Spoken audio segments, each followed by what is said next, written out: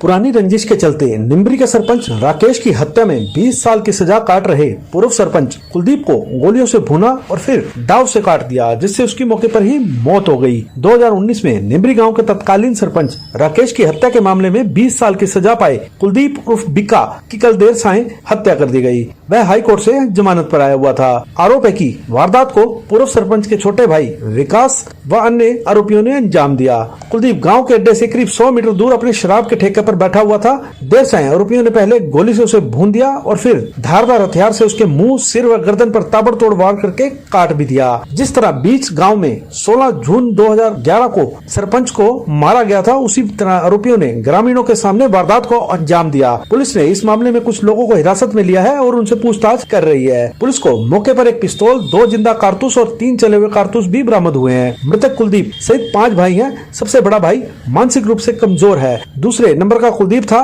फिलहाल पुलिस ने शव का पोस्टमार्टम करवा शव वरिष्ठों के हवाले कर दिया है और अगली कार्रवाई शुरू कर दी है। सुनिए क्या कहा मृतक कुलदीप के भाइयों ने और क्या कहा डीएसपी सतीश वत्स ने।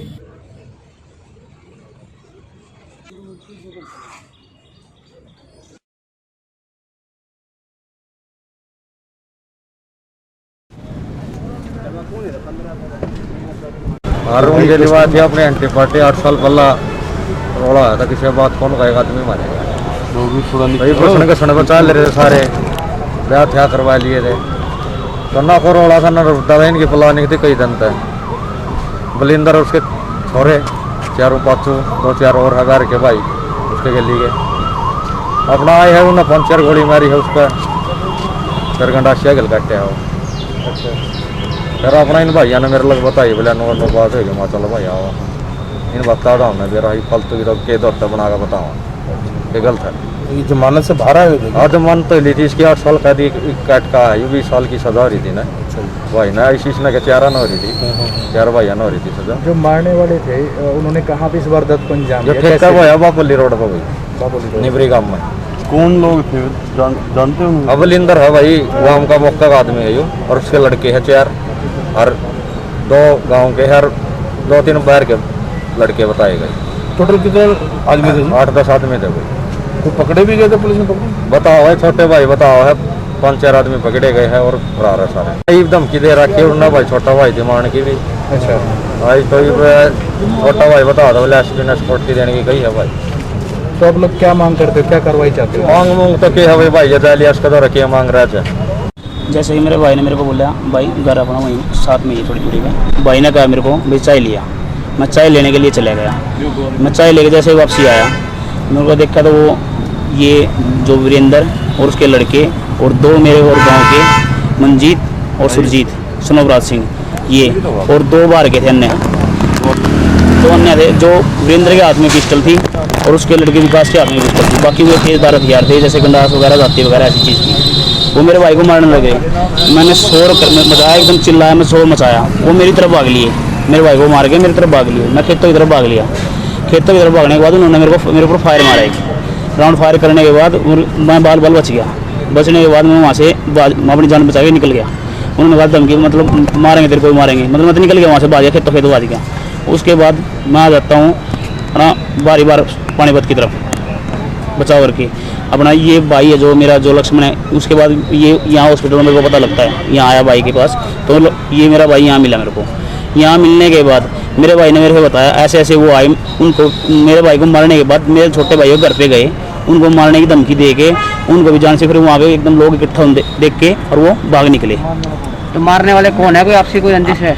वीरेंद्र, सनोव रूपचंद ये और इसके 4 लड़के और 2 मेरे गाँव के ही है, मंजीत सुरजीत सनोवराज सिंह, दोनों भाई ये भी सके, और 2-3 अन्य थे वो बाहर गए, उनको मैं सिर्फ देख के भी जान सकता हूँ, वैसे ही मैं जानता नहीं। तो कोई आपसी कोई रंजिश कोई ऐसा कुछ? कोई ऐसा पहले है उसका, उनका जो एक्स सरपंच था वो रंजिश थी। भाई हमारा जो ये ठेकेदार है इस टाइम वो मतलब गाँव का ही ठेका लिया हुआ था।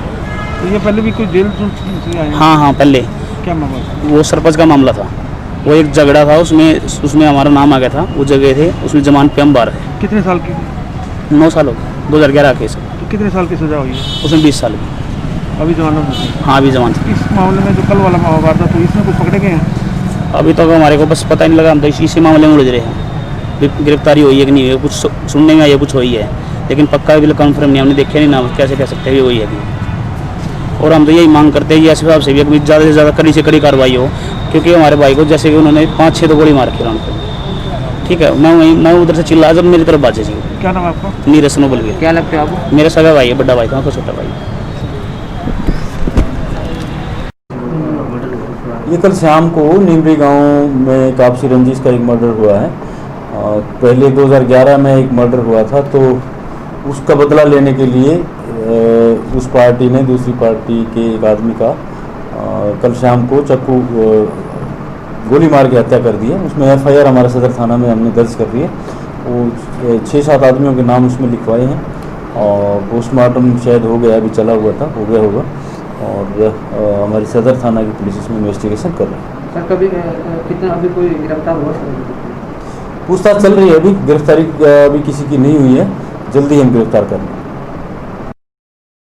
रब्द बंदे संगठन ने श्री कृष्ण जन्माष्टमी के मौके पर रेड क्रॉस में रक्तदान शिविर का आयोजन किया, जिसमें रब्द बंदे संगठन के 131 सदस्यों ने रक्तदान किया। रक्तदान शिविर में बतौर मुख्य अतिथि भाजपा नेता एवं पूर्व पार्षद हरीश शर्मा व DSP मुख्यालय सतीश वत्स ने पहुंचकर रक्तदाताओं को बैच लगाकर हौसला बढ़ाया। संगठन के मुख्य सेवादार राकेश चुग ने कहा कि श्री कृष्ण जन्माष्टमी के मौके पर संगठन द्वारा यह पहला रक्तदान शिविर लगाया गया है, जिसमें 101 सदस्यों द्वारा रक्तदान करने का लक्ष्य रखा गया था, लेकिन संगठन के सदस्यों में रक्तदान को लेकर इतना जोश था कि 131 सेवादारों ने आज रक्तदान किया है। वहीं जन आवाज सोसाइटी की ओर से 17वां रक्तदान शिविर रेड क्रॉस में लगाया गया, जिसमें गढ़ी सिकंदरपुर के सरपंच संजय, DC ऑफिस से क्लर्क लच्छीराम, बैंक कर्मचारी संदीप कुमार व हरीश भाटिया सहित 45 युवाओं ने रक्तदान किया। सोसाइटी के प्रधान जोगेंद्र स्वामी ने कहा कि लॉकडाउन जारी होने के बाद शहर में रक्त की बहुत बड़ी किल्लत हो गई थी। तब जन आवाज सोसाइटी ने फैसला लिया था कि जब तक लॉकडाउन जारी रहेगा, सोसाइटी की तरफ से प्रत्येक सप्ताह रक्तदान शिविर लगाया जाता रहेगा। उन्होंने राकेश चुग रब्द बंदे द्वारा लगाए गए कैंप की सराहना करते हुए कहा कि इस प्रकार से सभी सोसाइटियों को आगे आना चाहिए। वहीं Red Cross blood bank incharge doctor Pooja Singhal ने दोनों संस्थाओं का धन्यवाद किया और बताया कि लॉकडाउन के दौरान से ब्लड बैंक में रक्त की कमी चल रही है। रब्द बंदे संगठन और जन आवाज सोसाइटी की ओर से रक्तदान शिविर लगाकर सराहनीय कार्य किया गया है। उन्होंने अपील करेगी कि इस प्रकार से अन्य संस्थाएं भी आगे आए ताकि ब्लड बैंक में हो रही रक्त की कमी को दूर किया जा सके।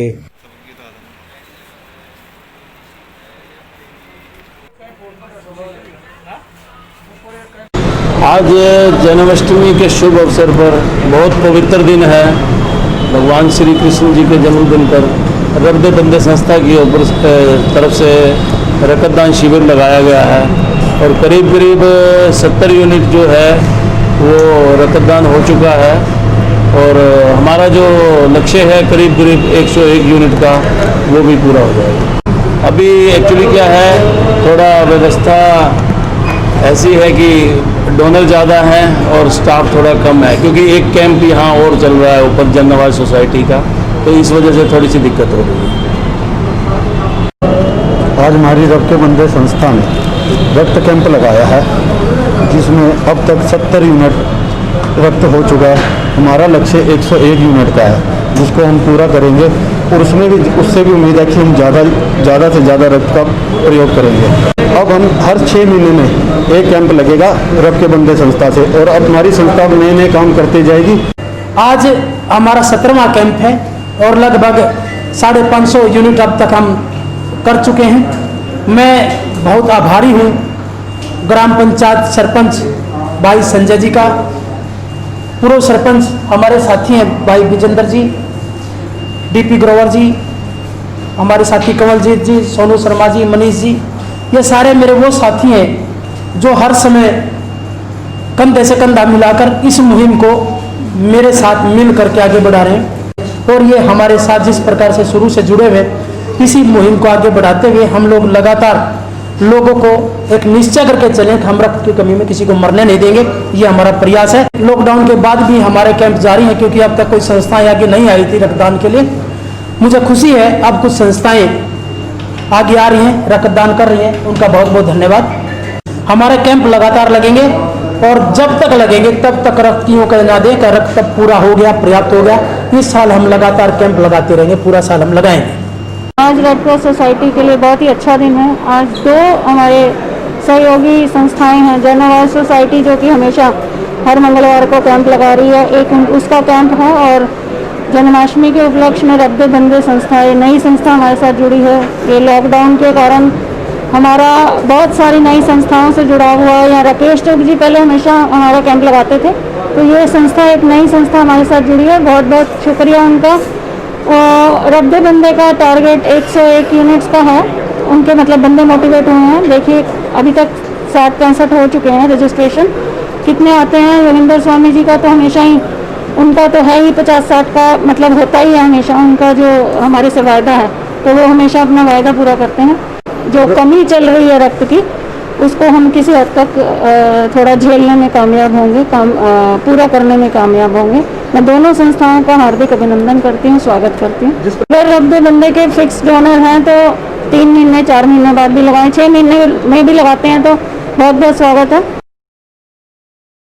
रविवार को सेक्टर 13-17 की ज्योति कॉलोनी के पीछे खाली पड़े प्लाट नंबर 59-60-61 पर कब्जे करने का प्रयास किया गया था। करीब 20 मजदूर लगाकर प्लाट की नींवें भरवाने का कार्य किया जा रहा था। कब्जे की सूचना मिलते ही हरियाणा शहरी विकास प्राधिकरण के संपदा अधिकारी विकास डांडा ने जेई बलराज को कार्रवाई के लिए कहा, जिस पर कर्मचारी विनोद बांगड़ को मौके पर भेजा गया और काम रुकवा दिया गया। आज प्लाटों में भरी गई नींवों को विभाग द्वारा जेसीबी के माध्यम से उखाड़ दिया गया। इसके साथ ही साथ के प्लाटों में बटोड़ों को भी तोड़ दिया गया और रेत बजरी बेचने वालों पर भी कार्रवाई की गई। जय बलराज ने इस बारे में बताया कि वहां पर अमित ने उक्त प्लाट अपने होने का दावा करते हुए कहा था कि प्लाट उसने दिनेश नाम के व्यक्ति से खरीदे हैं, लेकिन वह दस्तावेज नहीं दिखा सका। इस मामले में कानूनी कार्रवाई अमल में लाई जाएगी। इस समय मौजूद है हुड्डा की जो जमीन है, ज्योति कॉलोनी के बिल्कुल बैक साइड में आपको जमीन दिखाई जा रही है। लाइव तस्वीरें आप देख रहे हैं।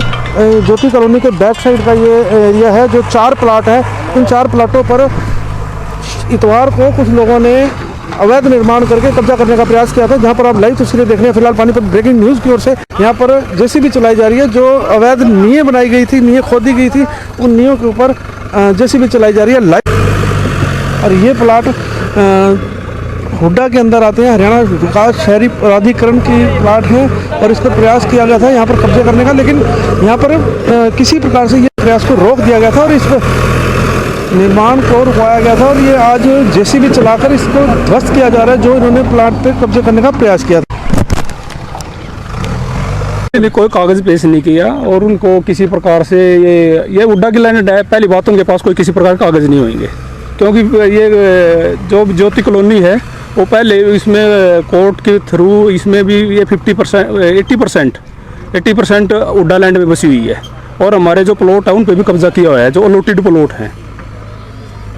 तो ये आज की जो कार्रवाई, हाँ आज की है, ये 1200 गज जगह के आसपास इन्होंने अपना कब्जा किया हुआ था लैंड पे। संडे वाले दिन इसको हमने आज डिसमेंटल कर दिया है और वो किसी प्रकार से उन्हें कोई कागज नहीं प्रूव करा है पहले। हाँ जी, हाँ जी। इस प्रकार से अगर कोई हुड्डा की लैंड पे कोई कब्जा करने का प्रयास करेगा तो कार्रवाई इसी, हाँ बिल्कुल ऐसी कार्रवाई की जाएगी, उसके खिलाफ पर्चा दर्ज भी किया जाएगा। तो यहाँ पर इस जो उन्होंने किया है इनके ऊपर भी क्या पर्चा दर्ज किया? नहीं, अभी नहीं किया गया है। अभी स्टेट अफसर साहब वो उसमें डांडा जी वो उसमें कर रहे हैं बात, उसमें उनके खिलाफ भी उसमें इंफॉर्मेशन दी जाएगी। कौन लोग थे सर वो जिन्होंने कब्जा? नारे गाँव से वो एडवोकेट अमित बताता, उसके 3 साथी और थे।